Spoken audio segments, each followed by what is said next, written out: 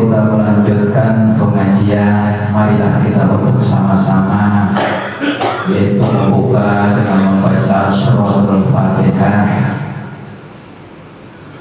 Ala hadhihi wa likulli salihah wa ila hadratin nabiyil mustafa Muhammadin sallallahu alaihi wasallam. Al-Fatihah. A'udzu billahi minasyaitonir rajim. Bismillahirrahmanirrahim. Alhamdulillahi rabbil alamin. Ar-Rahmanir Rahim. Maliki yaumiddin. Iyyaka na'budu wa iyyaka nasta'in. Ihdinas siratal mustaqim. Siratal ladzina an'amta 'alaihim ghairil maghdubi 'alaihim waladdallin.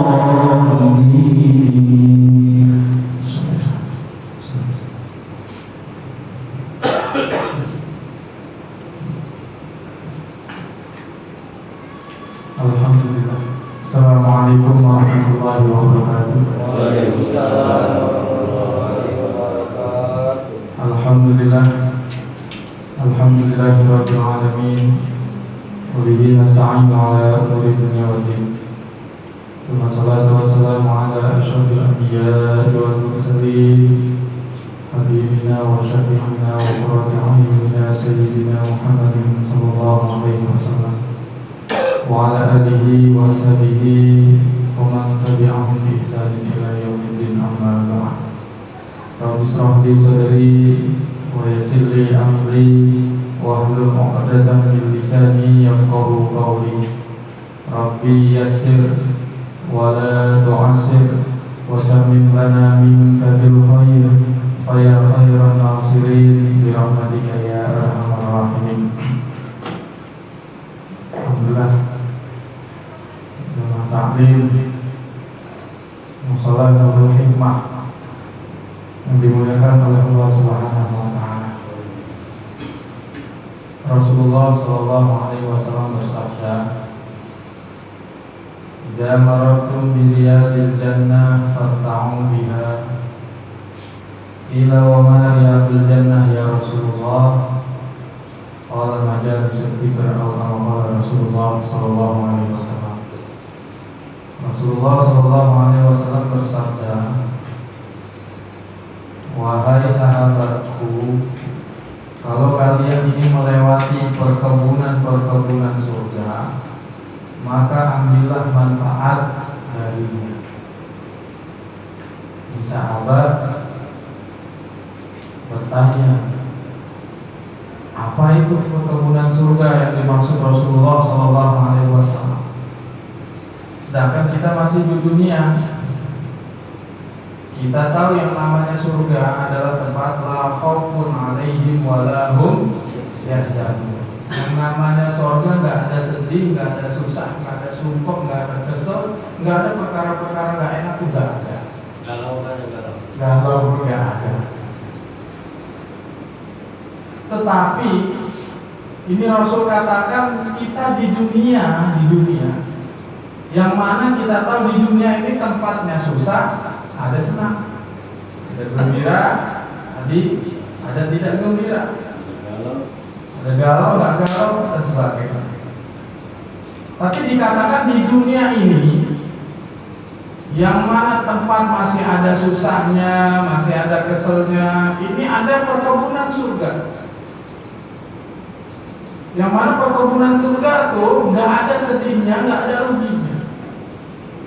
Maka ketika sahabat ini bertanya, "Wa ma riyadul jannah?" apa perkebunan surga itu wahai Rasulullah? Qala sallallahu alaihi wasallam, majalisul dzikr, yaitu majlis-majlis zikir. Salah satu majlis zikir adalah majlis ilmu. Dengan ilmu kita bisa mengingat Allah, bisa beribadah dengan betul, akhirnya ibadah kita diterima oleh Allah. Maksudnya apa? Orang datang ke majelis ilmu nggak ada ruginya, nggak ada sedihnya, untung terus gembira.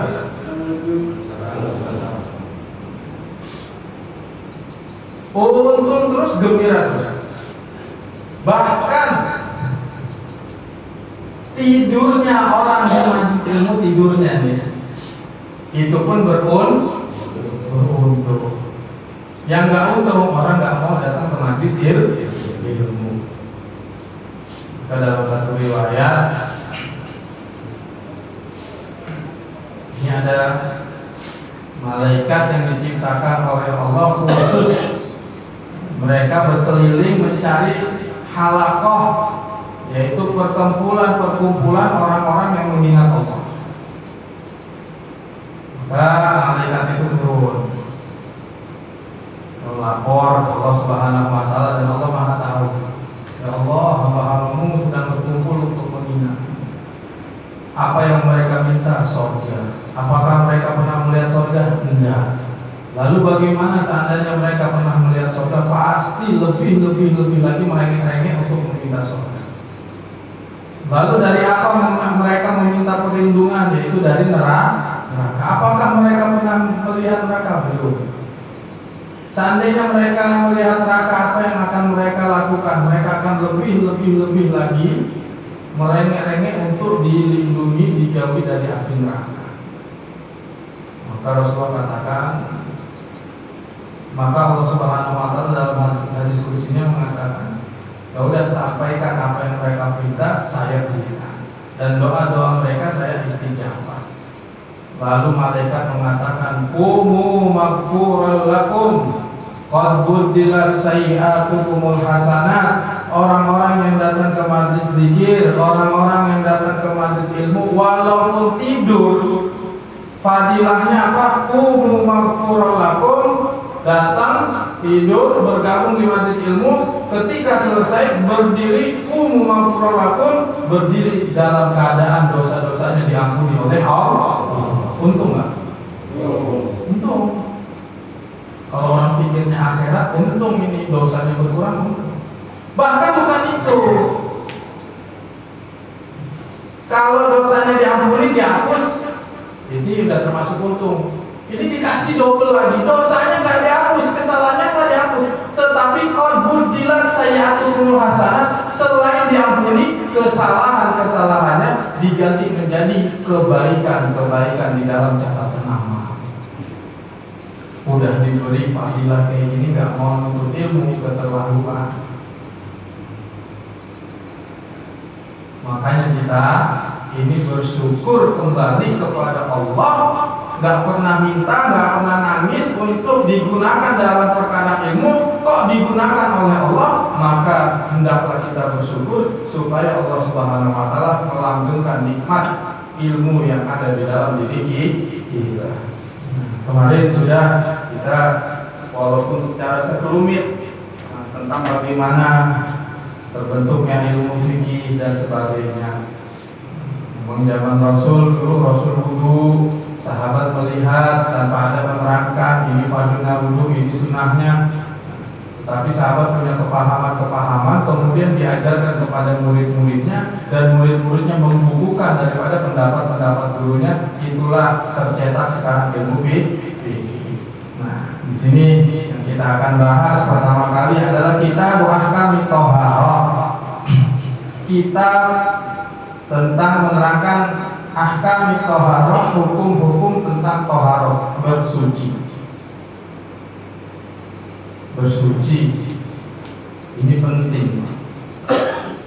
Orang yang namanya suci, bersih, itu dicintai Allah, dicintai malaikat, dan juga dicintai manusia. Tapi kalau orang itu kotor, Allah nggak senang, malaikat nggak senang, begitupun manusia pun tidak senang. Inna Allah ahaqqu ayyutajammal bih ayyutajammal bih. Atau kama qala Rasulullah, Allah Subhanahu wa taala lebih berhak untuk dihias. Maksudnya apa? Kita datang kepada presiden pasti dengan keadaan rapi. Maka Allah lebih berhak untuk lebih rapi daripada ketika kita menghadap kepada presiden. Dihias, Allah senang. Bahkan kebersihan itu adalah sebagian tanda orang imannya betul. Orang wangi-wangian, maka malaikat senang. Begitupun pun manusia yang namanya kalau kita suci bersih, maka manusia pun akan banyak senang. Wal kitab, kita sering ngomong kitab, apa sih maksudnya kitab? Nih kitab fikih, nih kitab matematika dan sebagainya. Lughatan secara bahasa masdarun bi makna adham wal jama'. Yang namanya kitab dalam makna lugawi bahasa secara bahasa. Ini makna kitab adalah adham wal jama', maknanya kumpul atau mengumpulkan. Jadi kalau kita ngambil makna kitab secara bahasa, misalnya ada Pak RT ngomong di musola, wahai warga, ayo kita kitab dikumpul di pos RT. Maksudnya wahai warga kumpul di pos RT. Ini maknanya kitab secara bahasa, kumpul, jamak satu perkumpulan. Wastilahan dan secara istilah, kitab ismul lijingsin minal ahkam, yaitu nama untuk satu jenis daripada hukum-hukum. Jadi satu perkumpulan yang mana di dalamnya itu membahas tentang hukum. Amal bab, adapun bab fasmun linawin mimma dakhala tahta dzalikal jins. Adapun bab adalah satu nama untuk satu macam perkara yang masuk di bawah pembahasan kitab.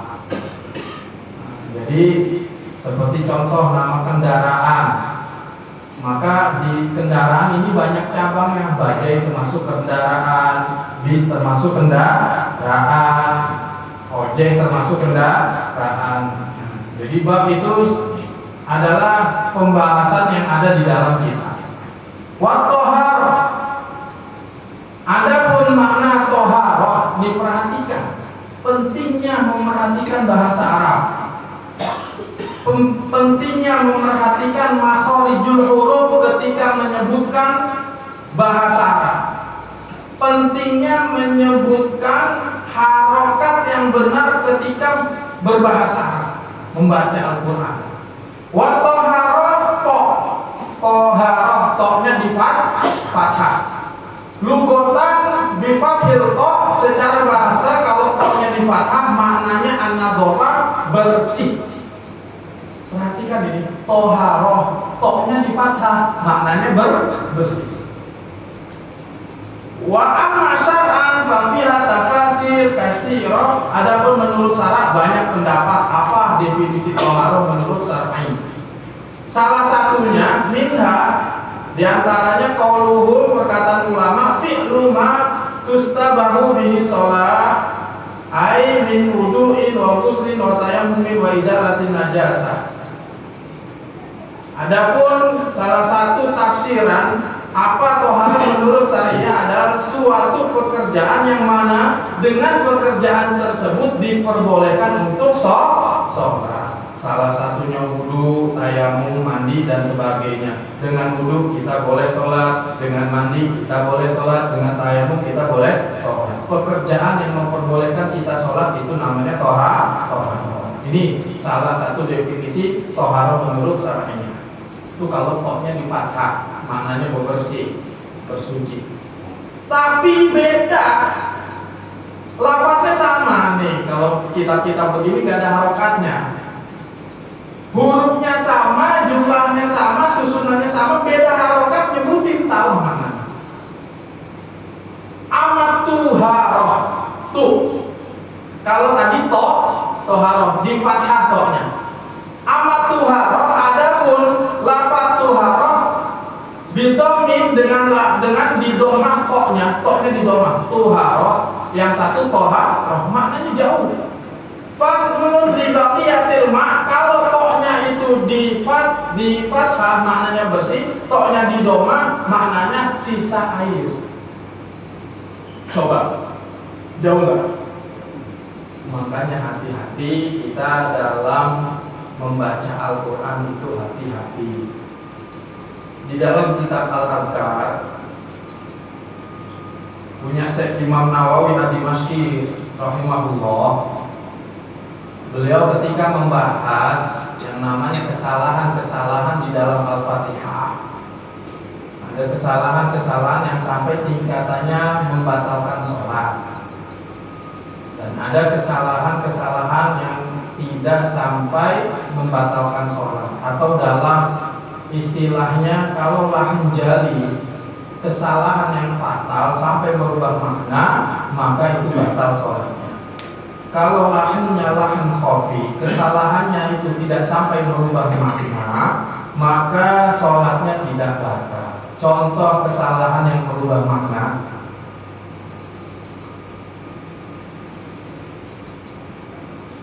yaitu tidak menunaikan tasydid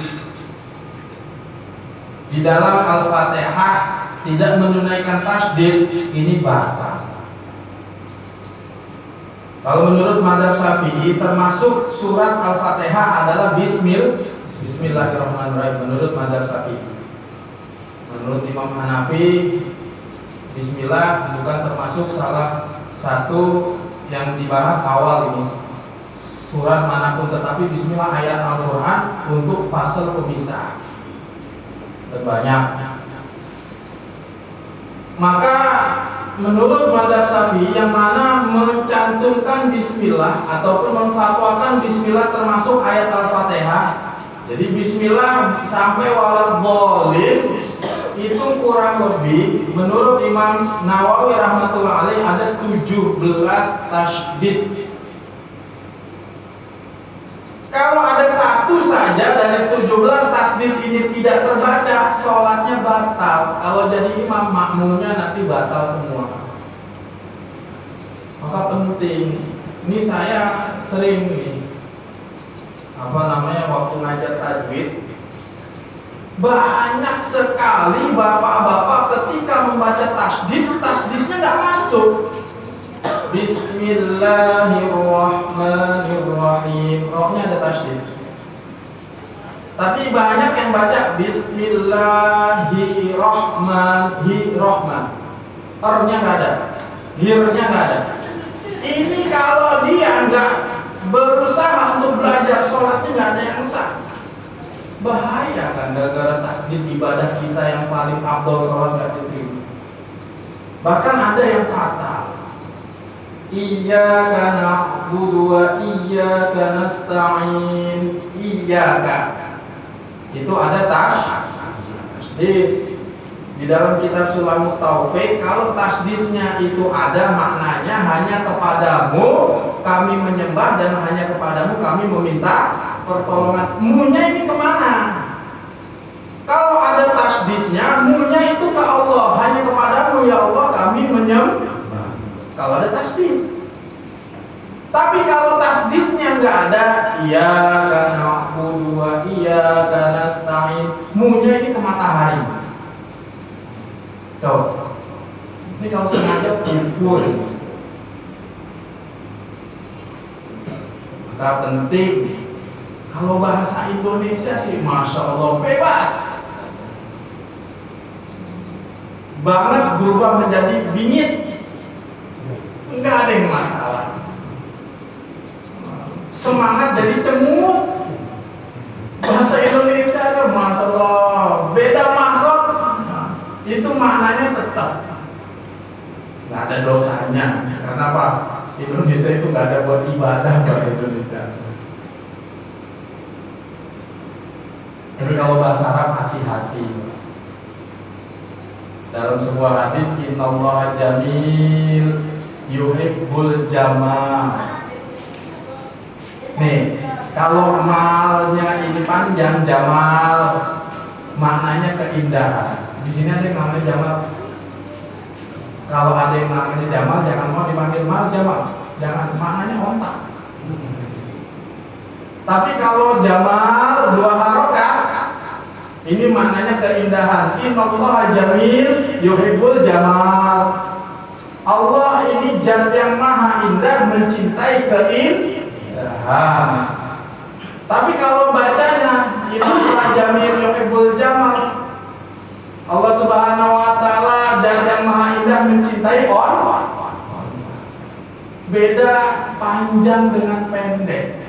Kalau ini tadi beda harokat. Kalau iya kan na'budu tadi beda tasdid, maknanya jauh bahasa.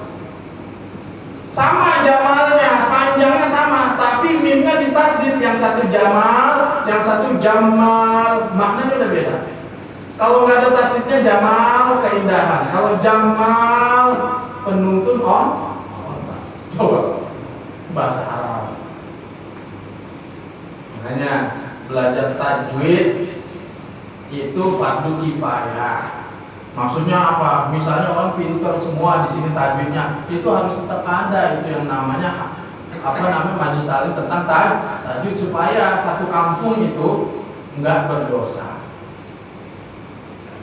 Tapi kita nggak belajar ilmu tajwid, membaca Al-Quran dengan tajwid hukumnya fardu ain, harus betul.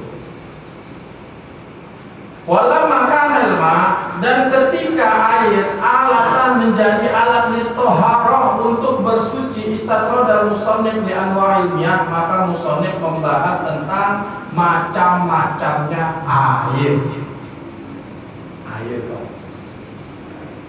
Toharoh. Kenapa?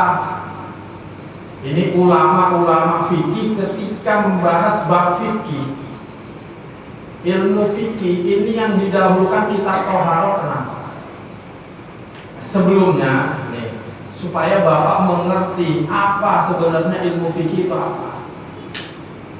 Jadi dulu ilmu fikih adalah ilmu undang-undang. Ketika seseorang ini belajar ilmu fikih, paham, maka dia akan menjadi hakim, dan dia lebih menguasai, lebih di atas rata-rata kepahaman tentang ilmu fikih, maka dia menjadi qadil qudhat, menjadi pemimpinnya hakim. Yang mana di dalam perilaku ataupun pekerjaan manusia secara garis besar ini terbagi dua. Pertama hablum minallah dan hablum minan nas. Maka antara hablum minallah dan hablum minan nas lebih didahulukan tentang hablum minallah supaya manusia ini mengenal sang penciptanya. Dari hablum minallah pekerjaan ataupun ibadah yang terbesar adalah sholat. Setelah iman adalah sholat. Dan sholat seseorang tidak sah kecuali dengan toharoh yang benar. Yang mana toharoh ini asas ataupun alat yang paling utama digunakan untuk toharoh. Selagi ada tidak bisa tergantikan apapun adalah air. Maka disinilah kebanyakan ulama mendahulukan kitab toharoh daripada kitab-kitab yang lainnya, dan lebih mendahulukan pembahasan air daripada pembahasan yang lainnya, seperti istijmar, yaitu istinja dengan batu, nanti tayamum nanti. Tetapi pembahasan air lebih didahulukan karena apa? Karena kalau ada air yang lainnya tidak bisa menggantikan. Jadi air. Sekarang kita ngomong air. Yang namanya manusia, baik itu untuk ibadah ataupun untuk kehidupan sehari-hari, nggak bisa yang namanya jauh daripada air. Untuk ibadah manusia perlu air, rohani ibadah. Untuk jasmani kesehatan manusia perlu air. Saya punya teman, dia cukup punya ilmu dalam bidang kesehatan. Maka ketika saya sakit mah 1 tahun nggak kena itu dia ngomong sama saya, "Man, orang nggak makan itu bisa tahan kurang lebih 1 minggu bisa tahan. Tapi kalau orang nggak minum ini bertahan 3 hari aja hebat." Di air itu lebih penting kata dia daripada makan. Minum itu lebih penting daripada makan. Sekarang kita rasain juga, setelah saya pikir-pikir betul, makan kalau nggak minum susah. Tapi kalau minum nggak makan nggak masalah, kenyang gitu. Bahkan bumi di antara planet yang ada di atas surya kita yang bisa ditempati ataupun menurut penelitian sekarang ini cuma bumi. Apa itu yang namanya planet bumi? Lebih didominasi dengan air. Banyak airnya daripada daratannya. Ini menunjukkan air betapa pentingnya untuk kehidupan manusia, baik itu untuk rohani maupun jasmani. Bahkan di dalam kitab Sirah Nabawiyah karangan Maulana Idris Al-Kandahlawi, beliau ketika menceritakan tentang kejadian penyembelihan dirobeknya dada Rasulullah SAW oleh malaikat Jibril ketika ingin di-Isra dan Mi'rajkan, maka beliau secara sedikit membahas tentang apa hikmahnya seseorang ketika berwudu diperintahkan untuk menggunakan air yang dingin. Maka beliau menukil pendapatnya Imam Ghazali rahimahullah. Imam Ghazali mengupas secara ringkas hikmah seseorang ketika berwudu disarankan untuk menggunakan air yang dingin. Kenapa? Yang namanya wudu itu menggugurkan dosa. Yang namanya dosa ini identik dengan yang namanya rasa panas. Kenapa? Karena dosa ini tujuannya neraka. Neraka ini lebih banyak apinya daripada air. Bahkan mau ke alam airnya ada apa enggak itu? Ada air tapi air mana? Mendidih, panas juga. Orang berbuat dosa itu ada aura panas. Begitupun orang yang berbuat kebaikan, maka dia akan dimasukkan surga. Yang mana surga ini, Pak? Surga ini sama seperti bumi, lebih banyak airnya. Ada lautan khamar, lautan madu, lautan susu, semuanya bermuara dari Arsy. Atas, bawah, air adem. Maka kita diperintahkan wudu dengan air yang dingin supaya apa? Supaya lebih cepat rohani kita ini yang tadinya banyak berbuat maksiat panas supaya lebih cepat ademnya. Kalau rohani kita ini sudah adem, maka kita ini akan lebih konsentrasi dalam menghadap Allah Subhanahu wa Ta'ala. Imam Ghazali ini pemikiran yang mana selain nama orang-orang Islam ini dikaji, orang-orang non-Islam pun mengkaji pemikiran-pemikiran Imam Ghazali. Saya punya buku tentang tasawuf yang mana itu buku itu banyak namanya pengarang itu menukilkan daripada pendapat-pendapat orang Barat saat itu. Dan beliau mengomentari orang Barat pun banyak mengkaji tentang ilmu-ilmu Imam Ghazali rahmatullah. Maka beberapa hari yang lalu saya melihat itu di TV ada program tentang yang pagi-pagi apa itu Tengku Wisnu malam umat apa itu judulnya banyak. Di situ ada pembahasan tentang air, Pak. Ada orang Jepang yang saya ingat nama belakangnya Nakamoto kalau tidak salah. Dia meneliti tentang air. Yang mana dia meneliti tentang air ini ada yang kesimpulan dia dapat air itu punya sifat. Kalau air itu dipuji, air itu dipuji. Air, kamu itu baik, kamu itu masya Allah bersih dan sebagainya. Maka air itu akan menimbulkan bentuk kristal-kristal. Dan ketika air itu berbentuk kristal diminum, maka air itu akan bermanfaat lebih bagi tubuh. Tetapi kalau air itu dicaci, maka kristalnya itu nggak terbentuk, pecah dan manfaatnya itu kurang. Dan yang lebih anehnya lagi nih, kita orang Islam nggak pernah teliti, nggak pernah apa, datang ke kiai ngebacain Al-Fatihah di air ditiup, dan beliau itu meneliti bahwa air yang dibacakan ayat-ayat Al-Quran, yang namanya Al-Quran itu pujian yang terbesar itu membaca Al-Quran, itu bisa meningkatkan fungsi air bagi tubuh. Kristalnya itu nambah bersih. Nah, karena beliau ini menderita air ini, Mr. Nakamoto itu akhirnya beliau masuk Islam. Air.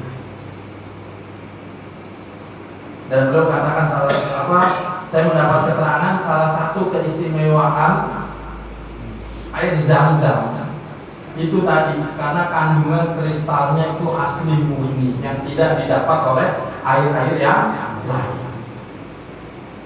Masya Allah, air.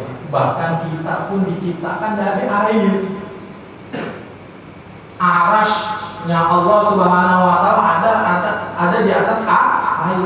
Arasnya iblis pun ada di atas air. Air ini, Masya Allah. Faqal musannif berkata al-miyah allati yajuzu, adapun air yang diperbolehkan at-tahhiru biha sab'umiyah, yang bersuci dengannya itu ada 7 macam air. Di 7 macam air ini termasuk air yang boleh digunakan untuk bersuci,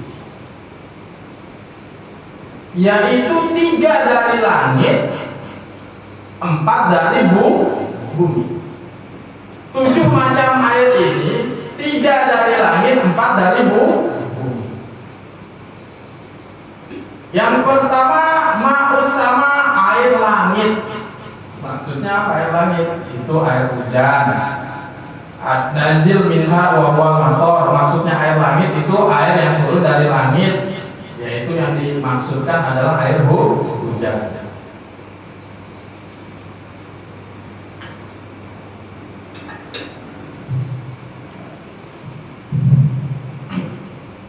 Wa ma'us salj.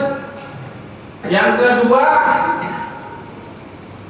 air yang turun dari langit yang diperbolehkan digunakan untuk bersuci adalah ma'us salj, air salju.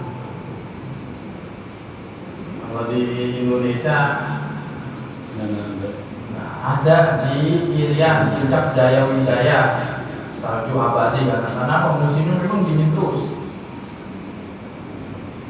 di daerah Irian sana. Saya pernah bertemu sama orang yang tinggalnya di sana.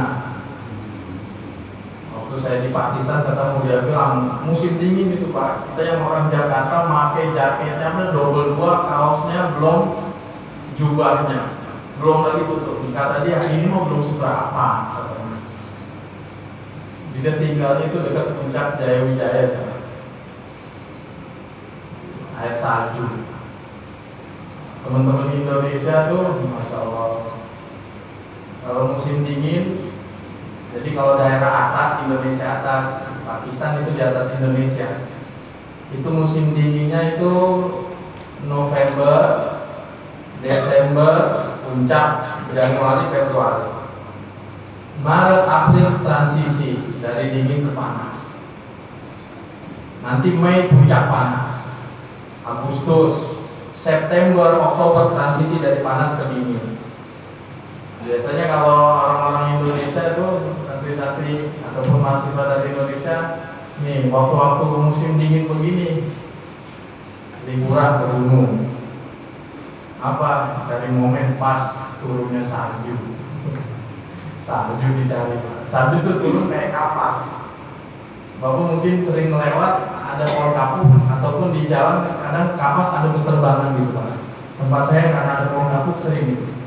Itu turun begitu tipis salju itu. Tipis kayak kapas. Turun menumpuk membeku di bawah salju.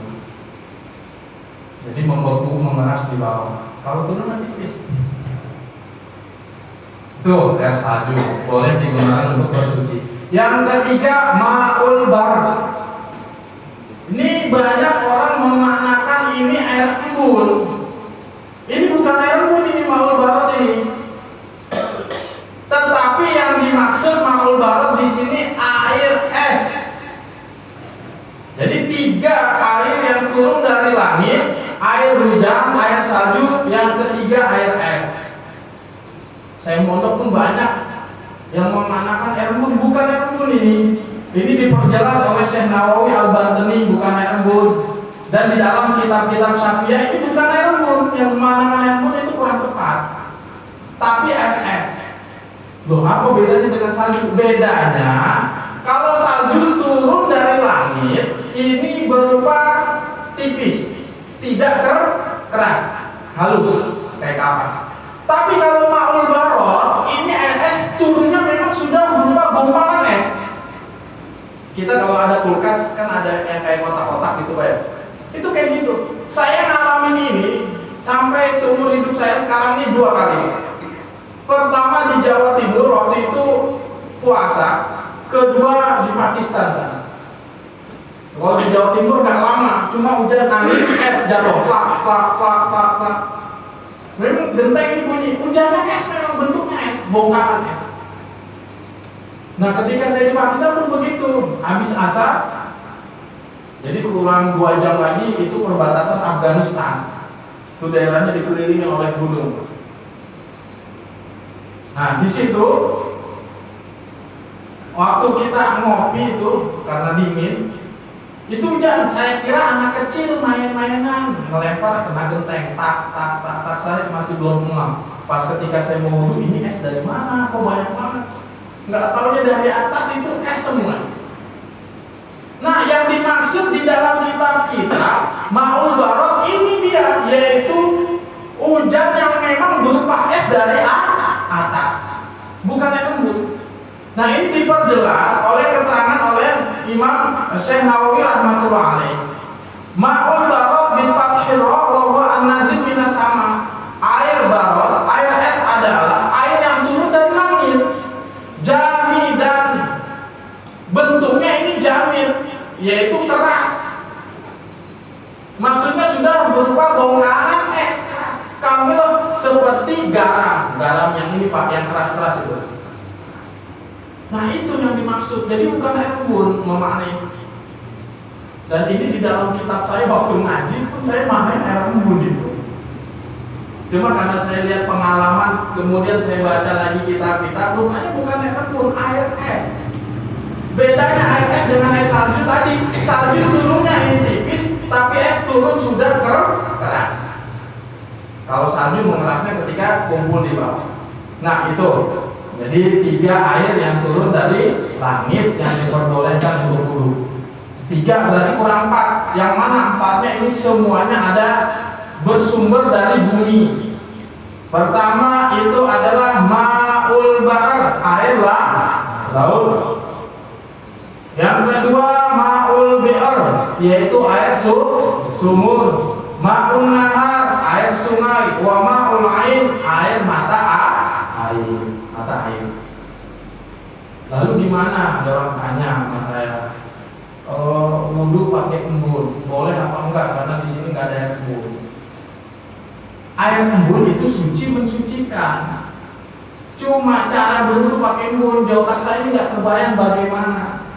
Kalau memang dikumpulin embunnya itu sampai 1 ember ataupun 1 gayung baru ke gambar, itu bisa wudhu pakai air embun. Tapi kalau seandainya yang dimaksud air embun kemudian kita wudhu seperti tayamum, nggak bisa. Karena salah satu syarat wudhu membasuh muka, membasuh tangan. Apa itu membasuh? Air harus mengalir. Kalau dikatakan hukum wudhu pakai air embun boleh, tapi ditanya caranya, ini yang bingung. Kalau memang dikumpulin itu air wudhu sampai 1 ember, baru itu wudhunya sah. Tapi kalau diusap itu nggak sah karena tidak mengalir.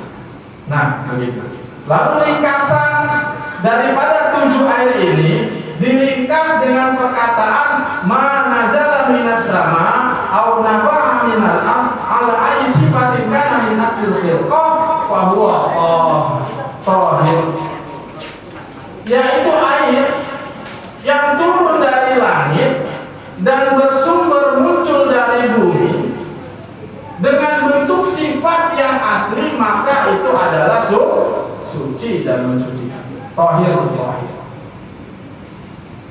Intinya ada air dari langit, dari bumi nyumber bisa dengan sifat asal kejadiannya, maka itu boleh. Misal ada misalnya sumur rasanya manis kayak madu, tapi manisnya ini asli, ketika dia ngeduk muncul air manisnya kayak air madu, rasanya asli, maka ini sah digunakan untuk wudhu.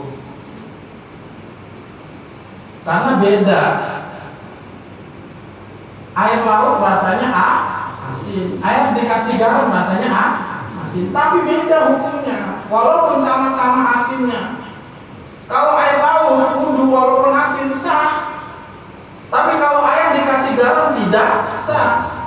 Kenapa? Karena air laut asinnya karena asal ciptanya memang asin.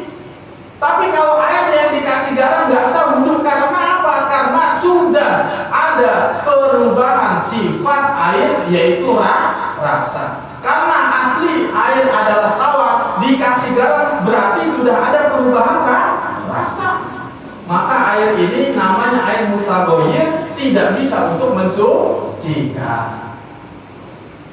Waktu saya ke Sumbawa, Pak, ada di Sumbawa ini sumur bukan di dekat laut, memang di laut. Jadi Sumbawa ini bentuk pulaunya begini, ini laut, jalan raya seujung pulau Sumbawa. Bapak lihat di Google Map, itu Sumbawa yang begitu besar itu.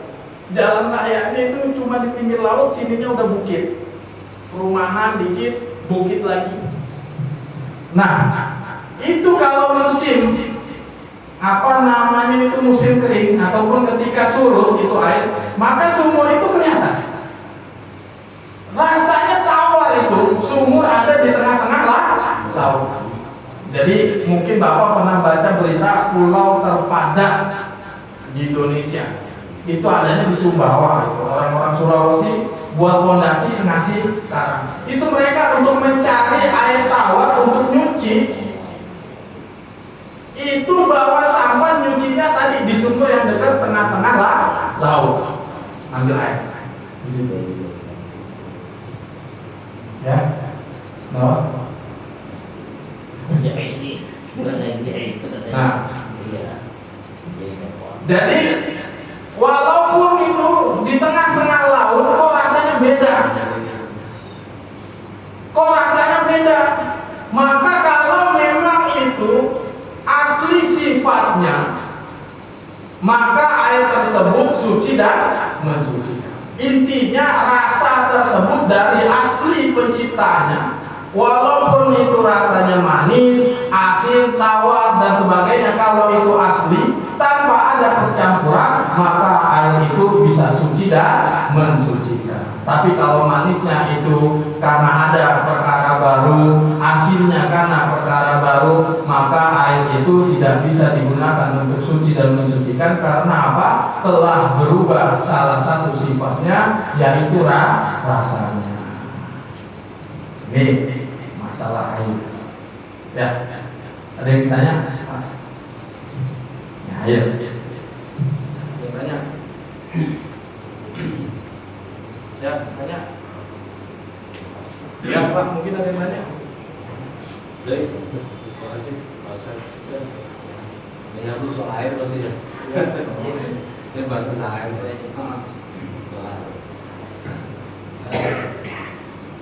Kita saya makan bentar, ya gantian. Kita suka ketemu tuh kalau masuk ke daerah pedalaman itu kan ke gunung, terus sungai. Kalau kita di gunung gitu, kalau udah bersuara air, itu perasaan udah was-was gitu. Memang ke depan pasti nanya, kan perlahan itu ke bawah lembah gitu kan. Kalau ke atas pasti nanya. Nah, pertanyaan saya terkait dengan air, Kalau di musim kemarau biasanya bersih. Iya. Gitu. Nah, kalau di musim hujan itu kan itu bawahnya apakah itu tersat atau Nah, air yang berubah sebab seperti lumut, debu, seperti saya ini di pondokan saya ada kali besar. Itu kalau kita musim hujan itu berubah airnya jadi coklat, tinggal nambah gula jadi kopi susu. Nah ini hukumnya gimana? Sebenarnya nanti akan ada pembahasan yaitu air mutagoyir. Tapi karena ini ditanyakan, selagi perubahannya tidak bisa dihindari dan tidak disengaja, maka air itu masih tetap suci dan mensucikan. Kan nggak bisa dihindari. Kita bagaimana mau menghindari pasir aja di dalam? Nah, kecuali disengaja, maksudnya disengaja seperti di kolam. Kalau lumut kan nggak disengaja, bau sampai hijau sebab lumut. Misalnya karena jarang dibersihkan. Nah, ini masih boleh digunakan untuk suci dan mensucikan. Tapi kalau disengaja dengan apa? Ditaruh yang namanya plastik, ditaruh yang namanya daun lah, daun akhirnya sampai berubah karena saking banyaknya. Nah, itu yang tidak boleh digunakan untuk bersuci karena perkara baru.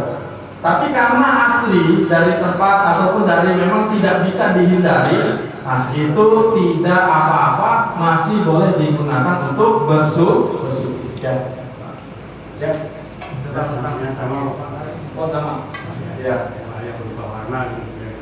Nah, kalau berupa warna dilihat, kalau memang ada benda baru tadi, maka itu tidak bisa digunakan. Tapi kalau perubahannya dari benda-benda yang tidak disengaja dan tidak bisa dihindari, maka itu masih diperbolehkan.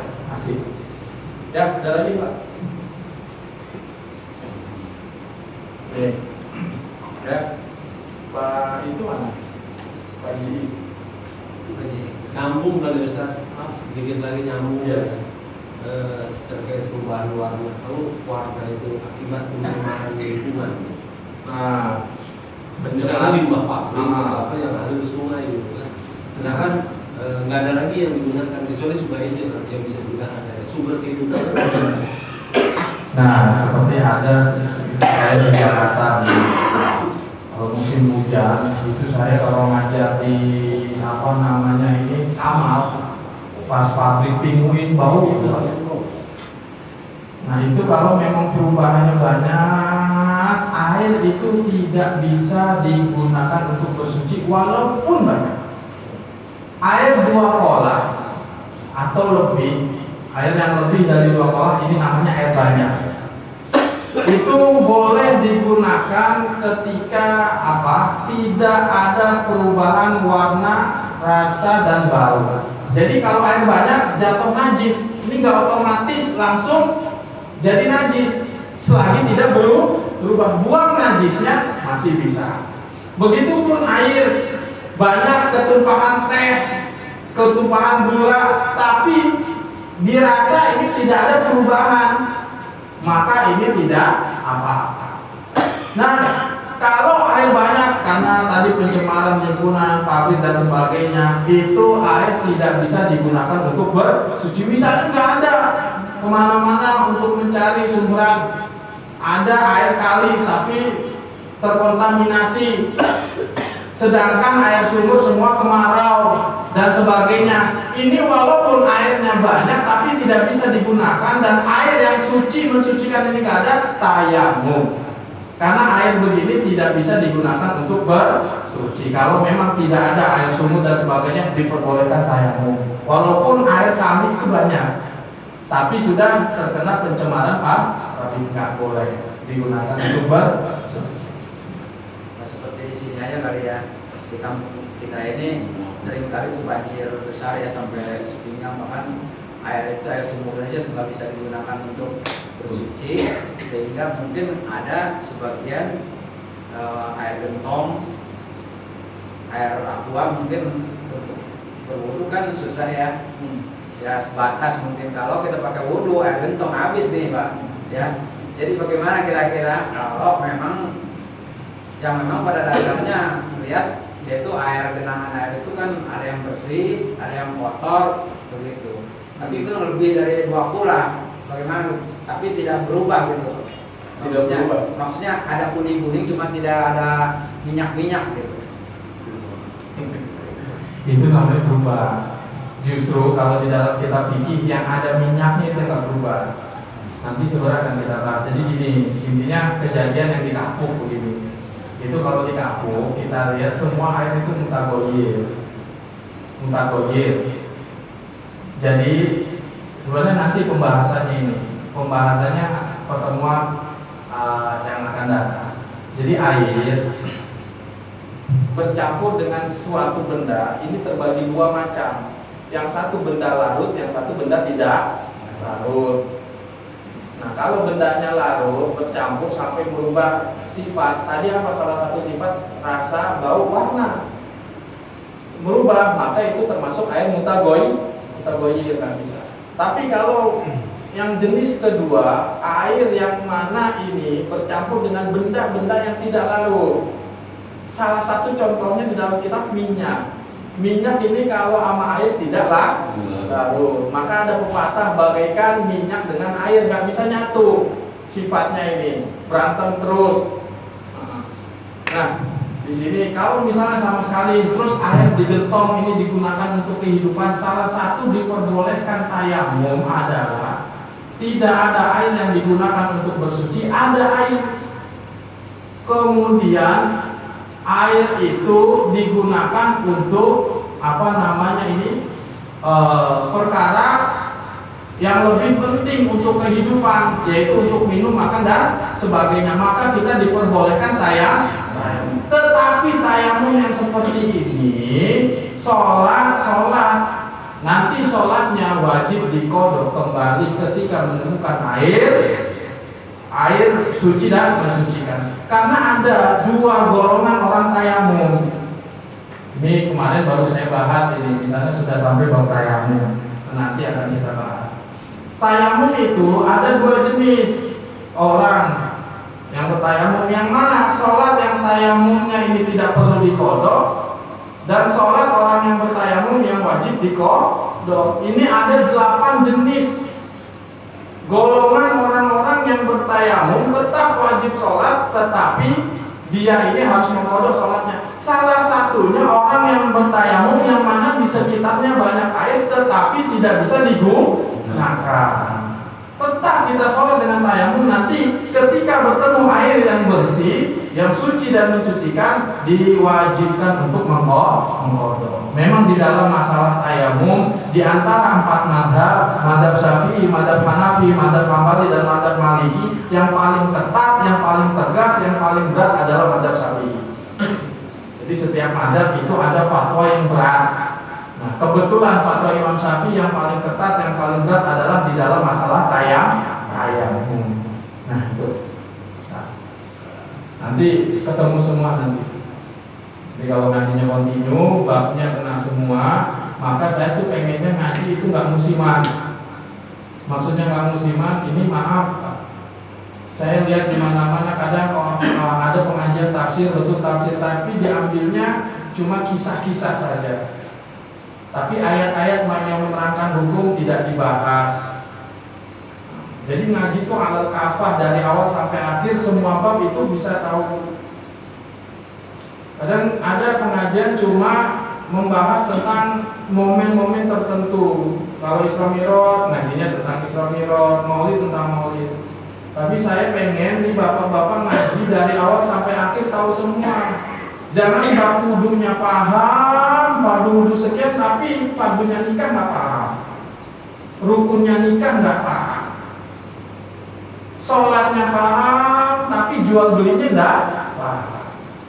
Nah, jadi kita berdoa kepada Allah supaya Allah Subhanahu Wa Taala mudahkan ngaji kita ini sempurna, mantap.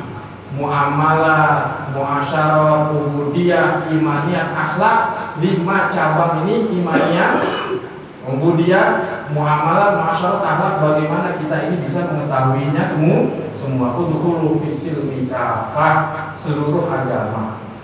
Ya, salam ya, sama-sama. Ya, ada lagi?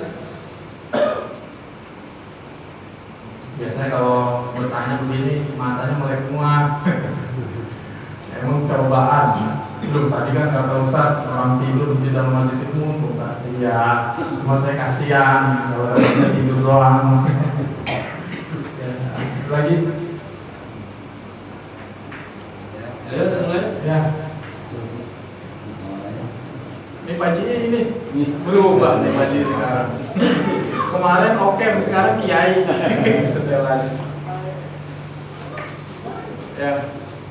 Kalau bapak saya ininya di sini, Pak. Apa namanya itu? Saya kan cerita bapak saya. Kalau bapak saya dulu gaulnya kata di Gang Sinar, ini banyak temennya orang Cina dan sebagainya. Sampai di sini pun ada temennya siapa? Siapa bang siapa? Nah, Bang Yuki. Tuh, temennya bapak saya. Banyak cerita di sini. Nggak taunya saya pun rezekinya di sini ketemunya ini. Ketemu lagi, terusin orang tua mungkin karena tadi dia bergaul orang sini ketemu lagi. Ya ada lagi Pak? Paham semua? Insyaallah Pak ya. Kalau jadi ngaji itu paham nggak paham tetap ngaji Mas. Tujuannya ngaji itu bukan cari paham, bahkan Rasulullah aja nggak bisa beri paham. Rasulullah bersabda, "Mayyudillahu bihi khairan yufaqihu fiddin, innama ana qasim wallahu yu'ti." Saya cuma memberi keterangan, tetapi yang memberi paham ini Allah. Jadi ngaji paham nggak paham tetap ngaji. Karena apa? Kefarduan perintah dari Allah, perintah dari Rasul.